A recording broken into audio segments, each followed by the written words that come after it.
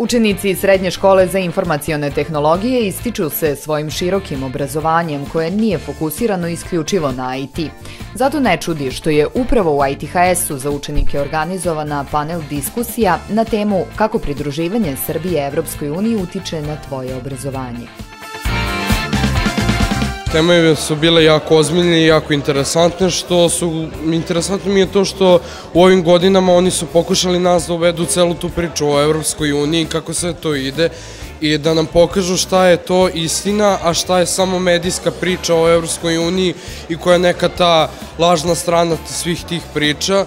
da nam jednostavno pokaže pravu stranu toga, da to nije toliko strašno i da, na primjer, naši roditelji ili neko ko je protiv ulazaka u Evropsku uniju, da jednostavno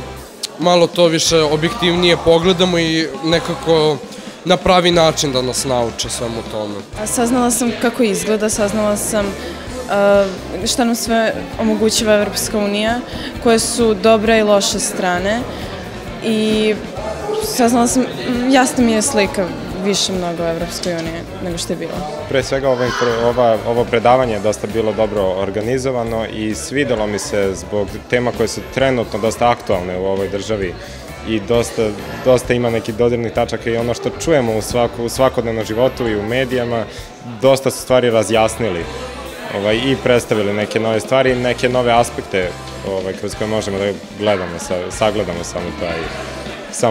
samo tu pojavu. Projekat pod nazivom Kako pridruživanje Srbije Evropskoj uniji utiče na tvoje obrazovanje učenicima približava teme poput evropskih integracija Srbije, EU institucija, bolonjskog procesa, programa Evropske unije za obrazovanje i obuku mladih.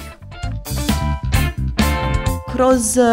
informisanje učenika o tome kakve sve mogućnosti postoje za razmenu studenta ili kako se to naziva mobilnost studenta, da kada završe prvu godinu fakulteta u Srbiji mogu da nastave studije, da budu 1 ili 2 semestra na nekom drugom evropskom fakultetu, da tamo polažu ispite, da imaju stipendiju i da se kasnije vrate u Srbiju gde im se priznaju ti ispiti. To njima bude jako zanimljivo i to je savršen način, odnosno ovaj način obaveštavanja da oni znaju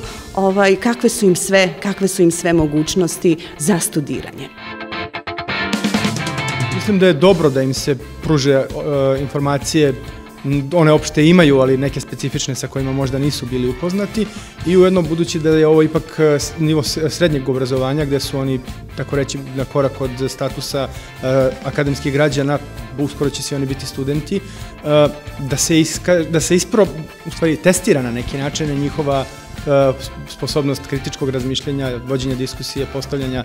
zašto ne, nekada i neprijatnih pitanja koje u stvari treba da provere našu sposobnost da im damo za njih zadovoljavajući odgovor. Učenicima ITHS-a tema je bila veoma zanimljiva sudeći po brojnim pitanjima koje su postavili svojim predavačima, a najviše su ih zanimali obrazovni programi Evropske unije koji su dostupni mladima u Srbiji.